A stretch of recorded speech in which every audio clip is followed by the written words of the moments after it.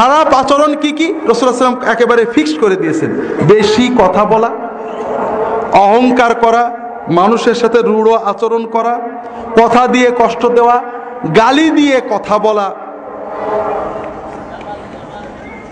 এই ধরনের নির্ধারিত কিছু কাজকে রাসূলুল্লাহ সাল্লাল্লাহু আলাইহি ওয়াসাল্লাম বলেছেন এগুলো খারাপ আচরণ, এইটা যারা করবে তারা আমার উম্মত নয়, অথবা উম্মত হলেও অনেক দূরের উম্মত হবে।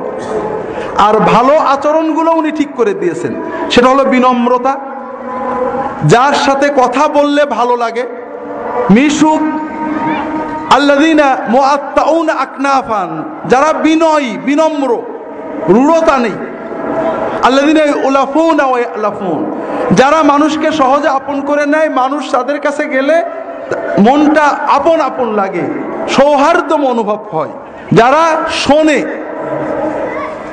যারা মানুষের কথা মন দিয়ে শোনে, মানুষের কাজে রাগে সবর করে। আল্লাহ রাসূল সাল্লাল্লাহু আলাইহি ওয়াসাল্লামের কাছে এসে একজন বলছে ঠিক এরকম, ইয়া রাসূলুল্লাহ আউসিনি, আমার একটা নসিহত করেন। রাসূলুল্লাহ বলেন লা তাকদাব, রাগ করো না। হুজুর আরেকটা নসিহত করেন, লা তাকদাব, রাগবে না। আরেকটা লা তাকদাব, অন্য হাদিস আছে লা তাকদাব ওয়ালাকাল জান্নাহ, তুমি শুধু রাগ নিয়ন্ত্রণ করবে, তোমার জন্য জান্নাতের নিশ্চয়তা দিচ্ছি।